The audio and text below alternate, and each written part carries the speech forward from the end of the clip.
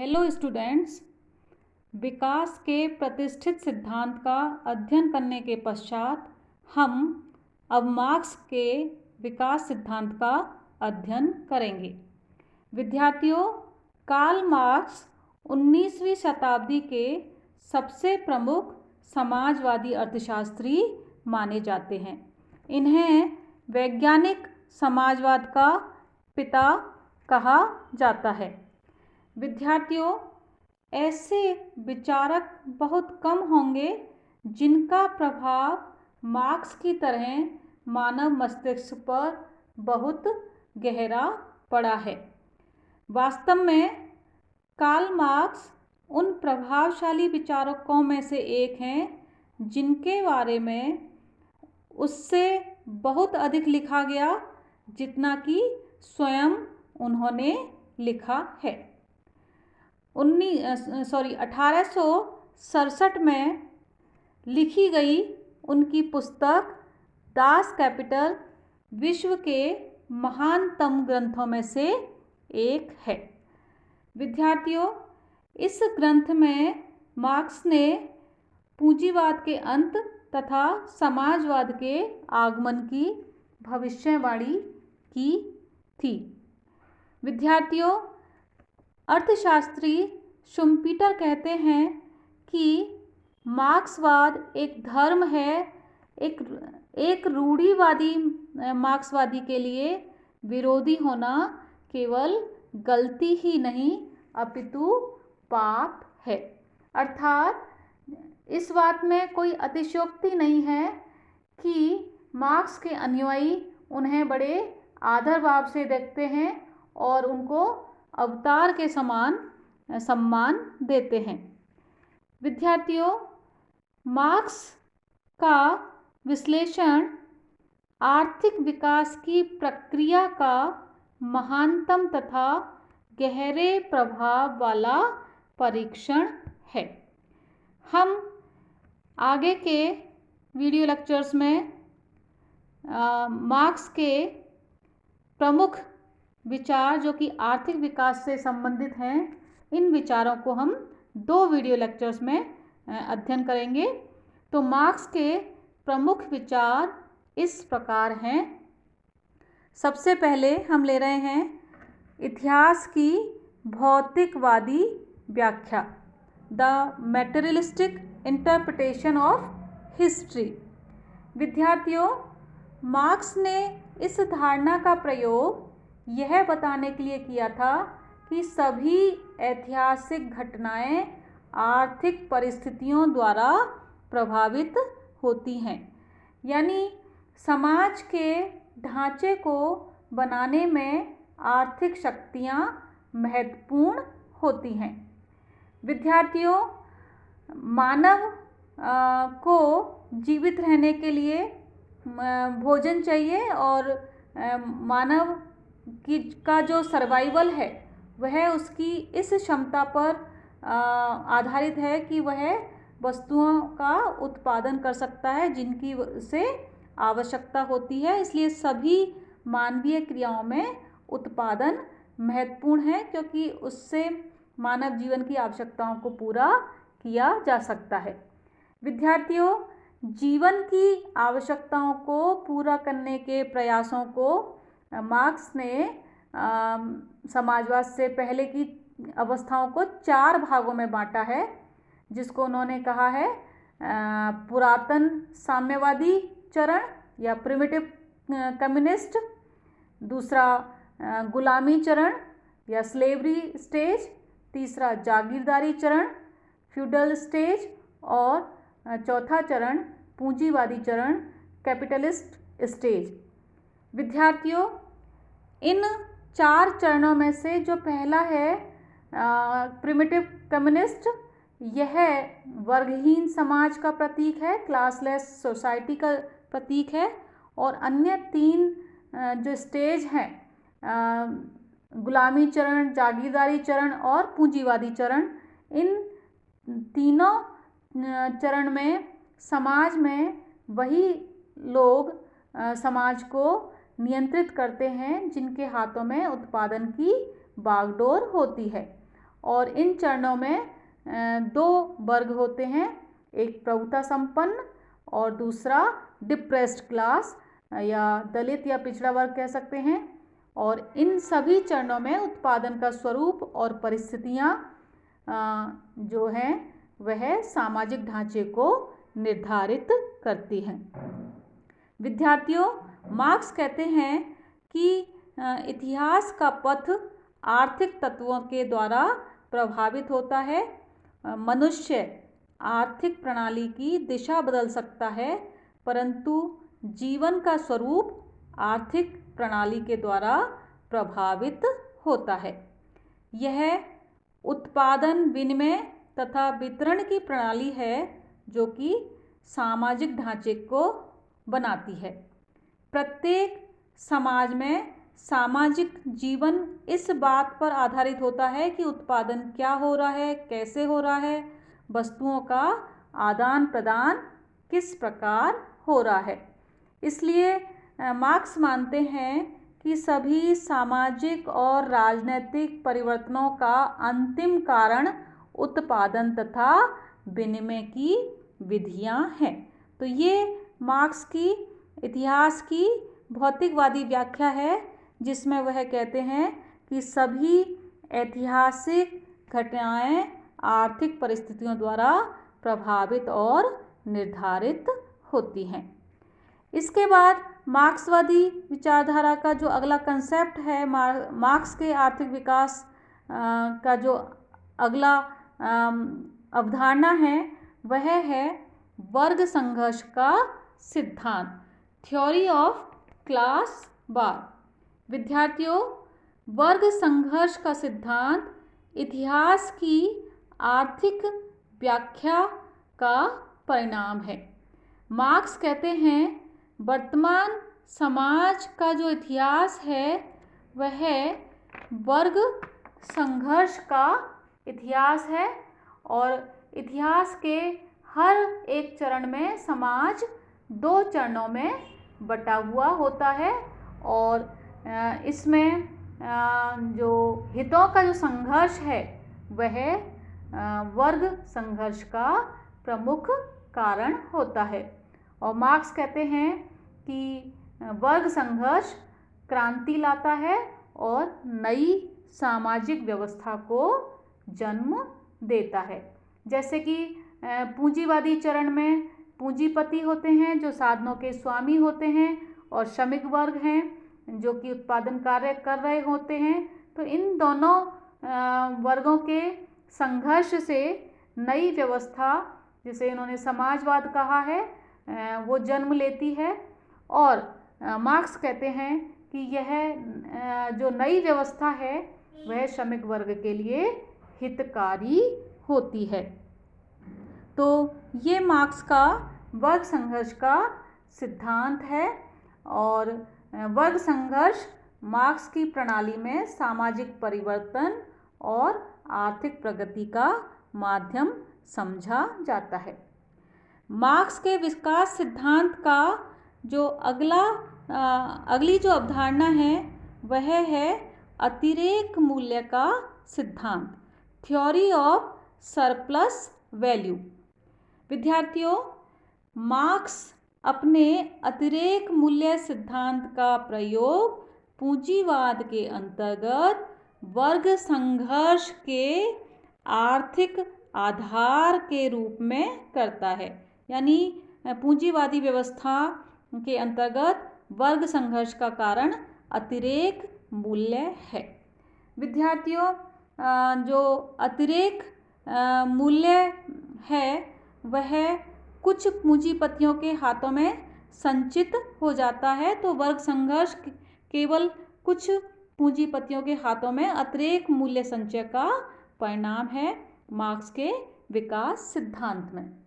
विद्यार्थियों, जो अतिरेक मूल्य का जो सिद्धांत है मार्क्स का, वह वास्तव में देखा जाए तो जो श्रम सिद्धांत है, लेबर थ्योरी ऑफ वैल्यू है, उसका ही विस्तृत रूप है जिसकी व्याख्या रिकार्डो और प्रतिष्ठित अर्थशास्त्रियों ने की थी। और जो श्रम सिद्धांत है वह यह व्याख्या करता है कि वस्तु के मूल्य का मुख्य स्रोत श्रम है।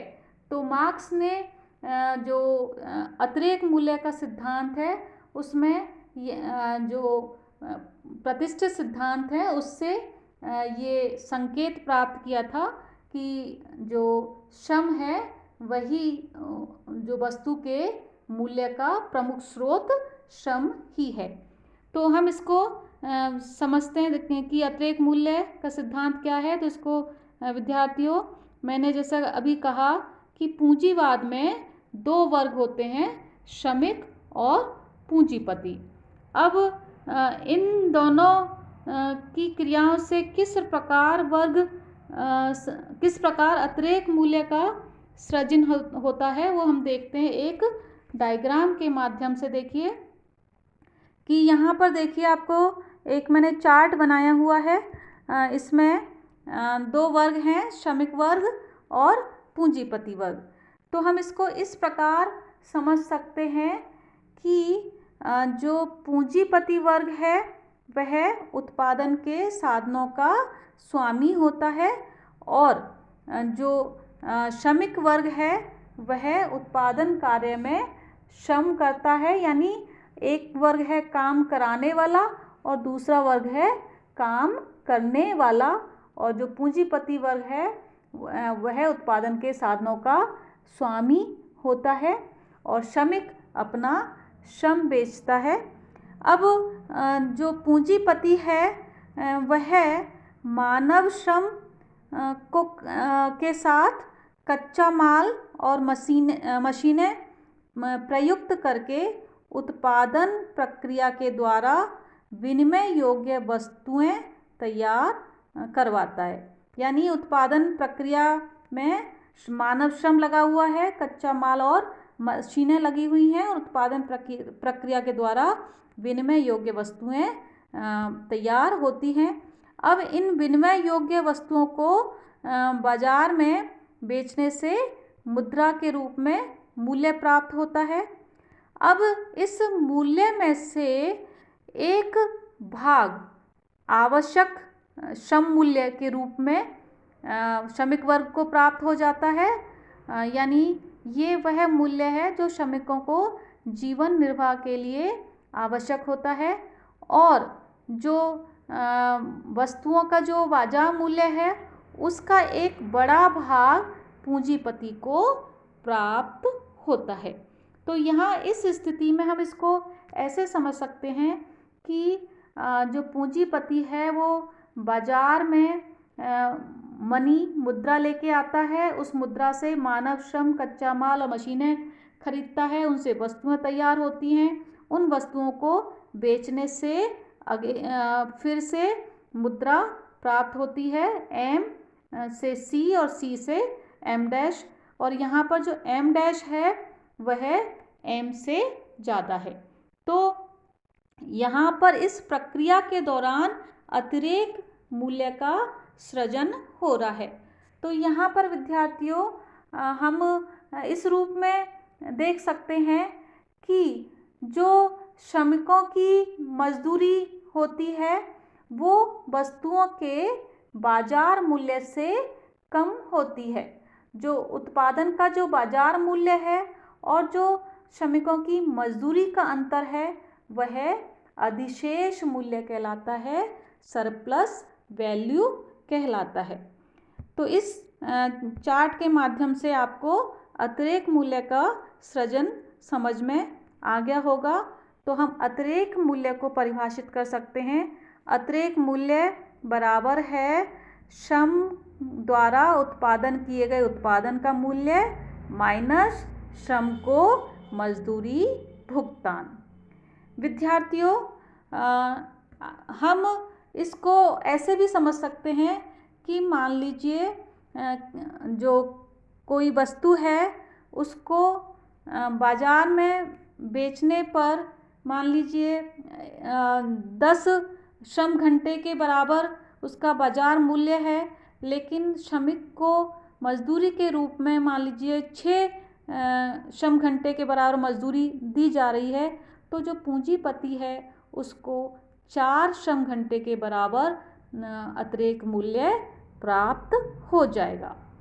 विद्यार्थियों, जो पूंजीगत विकास है वह हम इसको किस प्रकार मार्क्सवादी प्रणाली में किस प्रकार पूंजीगत विकास होता है तो उसको हम देख सकते हैं। उन्होंने कहा, मार्क्स ने कहा कि आर्थिक विकास पूंजी संचय पर आधारित है और पूंजी संचय अतिरेक मूल्य पर आधारित है। और मार्क्स कहते हैं कि अतिरेक मूल्य ही लाभों को बढ़ाता है। यानी जो पूंजीपति है उसका जो प्रमुख उद्देश्य होता है वह है अतिरेक मूल्य को बढ़ाना ताकि लाभ बढ़ सकें। तो इस प्रकार आर्थिक विकास पूंजी संचय पर आधारित है और पूंजी संचय अतिरेक मूल्य पर आधारित है और अतिरेक मूल्य ही लाभों को बढ़ाता है। और जो इसलिए पूंजीपतियों का उद्देश्य होता है कि वह अतिरेक मूल्य को बढ़ाने का प्रयास करते हैं। विद्यार्थियों, पूंजीपति जो अतिरेक मूल्य है उसको बढ़ाने के 3 तरीके अपना सकते हैं। पहला तरीका है कार्य समय अवधि को बढ़ाना। यदि मान लीजिए श्रमिक 10 घंटे काम करता है तो उसके कार्य अवधि बढ़ाकर 12 घंटे कर दी जाए तो उससे पूंजीपति का अतिरेक मूल्य बढ़ जाएगा। दूसरा तरीका है श्रमिकों की मजदूरी को कम करना। यदि मान लीजिए श्रम को 6 घंटे के बराबर मजदूरी भुगतान की जाती है और उसकी मजदूरी भुगतान घटाकर 5 घंटे कम कर दी जाए के बराबर कर दी जाए तो पूंजीपतियों का अतिरेक मूल्य बढ़ जाएगा। और तीसरा तरीका है श्रम की उत्पादकता को बढ़ाकर। श्रम की उत्पादकता को बढ़ाने के लिए तकनीकी उन्नति तथा मशीनरी के अधिक प्रयोग की आवश्यकता होती है जो कुल उत्पादन बढ़ाने और लागत कम करने में सहायता करती है। तो विद्यार्थियों, मार्क्स कहते हैं कि इनमें से तीसरा तरीका चुनने की संभावना है क्योंकि पहले तरीके और दूसरे तरीके की अपनी सीमाएं हैं। ना तो श्रमिकों के काम के घंटों को बहुत ज़्यादा बढ़ाया जा सकता है, ना मजदूरी को बहुत ज़्यादा कम किया जा सकता है। तो तीसरा तरीका चुनने की संभावना अधिक होती है और उसके लिए तकनीकी उन्नति की आवश्यकता होती है। विद्यार्थियों, मार्क्स कहते हैं कि पूंजी की मात्रा भी लाभों को निर्धारित करती है। मार्क्स ने पूंजी को 2 भागों में बांटा है। पहला स्थिर पूंजी और दूसरा चल पूंजी, constant capital and variable capital. Constant capital में उत्पादन में प्रयोग होने वाली सामग्री, मशीनरी, प्लांट, कच्चा माल इनका मूल्य शामिल होता है। और चल पूंजी में जो मजदूरी बिल है, वेज बिल है, हम उसको चल पूंजी में शामिल करते हैं। मार्क्स कहते हैं कि चल पूंजी ही अतिरेक मूल्य का स्रोत होती है।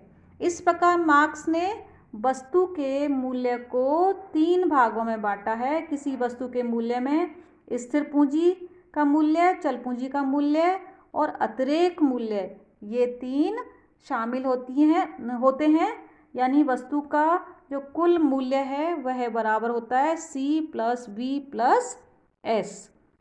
तो विद्यार्थियों, इससे हम 3 अनुपात प्राप्त कर सकते हैं।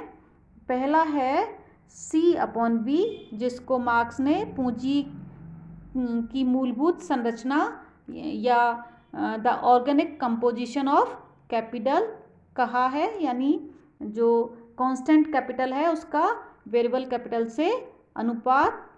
और दूसरा है अतिरेक मूल्य की दर, यानी जो कह सकते हैं हम इसको रेट ऑफ सरप्लस वैल्यू। या इसको हम शोषण की दर भी कह सकते हैं, जिसको हम कहते हैं एस अपॉन बी, यानी surplus value divided by variable capital. तो यहाँ इसको हम लाभों का मजदूरी से अनुपात भी कह सकते हैं, एस अपॉन बी को। तीसरा अनुपात जो है वह हम आर ले सकते हैं, जिसको हम डिफाइन कर सकते हैं S divided by C plus B, यानी इसको कहेंगे विनियोजित पूंजी पर लाभों की दर। विद्यार्थियों, हम इसको इस रूप में भी लिख सकते हैं, अंश और हर को v से डिवाइड कर दें तो s upon v divided by c upon v plus b upon b, जिसको हम सिंप्लीफाई करके इस रूप में लिख सकते हैं। जो मैंने गोला बनाया हुआ है ये लाभ की दर है। तो विद्यार्थियों, मार्क्स का विश्वास है कि तकनीकी प्रगति से c अपॉन v बढ़ता है, क्योंकि तकनीकी प्रगति के लिए तकनीकी प्रगति होने पर अधिक मशीनरी के प्रयोग की आवश्यकता होती है और उस स्थिति में कांस्टेंट कैपिटल का भाग बढ़ता है। तो इससे तकनीकी प्रगति से c अपॉन बी बढ़ता है। और चूंकि हमने जो विनियोजित पूंजी पर लाभों की दर का जो हमारा ये फॉर्मूला है उसमें c अपॉन बी का जो r है उससे विपरीत संबंध है, इसलिए c अपॉन बी बढ़ने से लाभ की दर घटती है। यानी जो पूंजीपति जो पूंजी संचय अधिक करते हैं तो उसके साथ साथ लाभ की दर भी घटती जाती है। यानी कहने का तात्पर्य है, जब उत्पादन तकनीक ज़्यादा पूंजी गहन होती है तो उससे जो पूंजी की संगठित संरचना है, ऑर्गेनिक कंपोजिशन ऑफ कैपिटल, उसका स्तर बढ़ता है, c अपॉन बी बढ़ता है। और जैसे ही c अपॉन बी बढ़ता है तो उससे लाभ की दर घटती जाती है। और इससे मार्क्स ने लाभों की घटती हुई दर का नियम कहा है। इसको हम चित्र के माध्यम से भी दर्शा सकते हैं। अगली स्लाइड में चित्र दिखाया हुआ है। यहाँ पर आप देखिए, ओ एक्स अक्ष पर पूंजी की मात्रा ली हुई है, अमाउंट ऑफ कैपिटल ली हुई है। ओ वाई अक्ष पर टोटल आउटपुट, कुल उत्पादन लिया हुआ है। यहाँ पर जो ये टीपी ये दिखाई दे रहा है, यह कुल उत्पादन वक्र है और इसका जो ढाल है वह प्रारंभ में बढ़ती हुई दर से बढ़ता है और बाद में, यानी ये जो ए बिंदु है यहाँ तक बढ़ती हुई दर से टीपी और उसके बाद घटती हुई दर से बढ़ता है, क्योंकि उत्पादन में ह्रासमान नियम लागू होता है। ये जो टी डब्ल्यू है ये मजदूरी रेखा है, कुल मजदूरी रेखा है, और कुल मजदूरी जो है वह ओ टी पर स्थिर है। जब इसका मतलब है श्रम की स्थिर मात्रा लगाई जा रही है, और जब श्रम की स्थिर मात्रा के साथ जब पूंजी की मात्रा बढ़ाई जाती है तो लाभ की दर घटती जाती है।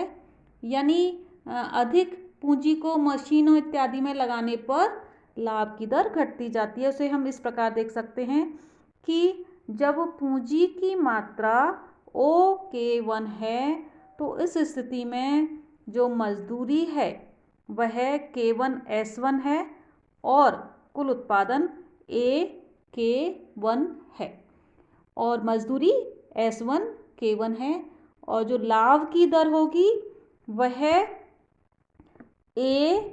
लाभ की दर जो है वह AS1 डिवाइडेड बाई OK1 होगी। यानी हम इसको जो ये आपको थीटा दिखाई दे रहा है, इसको tan थीटा की वैल्यू से भी हम निकाल सकते हैं, या सिंपल तरीके से हम देख सकते हैं AS1 डिवाइडेड बाई OK1। अब मान लीजिए पूंजी की मात्रा OK2 तक बढ़ाई जाती है, तो जो मजदूरी है वह S2K2 है और जो लाभ हैं वह BS2 है और जो लाभ की दर होगी वह BS2 डिवाइडेड बाई OK2 होगी। तो पूंजी की मात्रा OK2 करने पर जो लाभ की दर है वह घट जाएगी। हम उसको इस रूप में देख सकते हैं कि लाभ की दर जो है 10 α1 लेस देन 10 अल्फ़ा। हाँ, या इसको हम सिंपल रूप में इस रूप में जैसे अभी मैं बता रही थी BS2 divided by TS2 less than AS1 TS1। इसको मार्क्स ने लाभों की घटती हुई दर का नियम कहा है। विद्यार्थियों, मार्क्स के सिद्धांत को जो उसके और कंसेप्ट हैं उसको हम नेक्स्ट वीडियो में कंटिन्यू करेंगे। अभी के लिए इतना ही काफ़ी है। Thank you.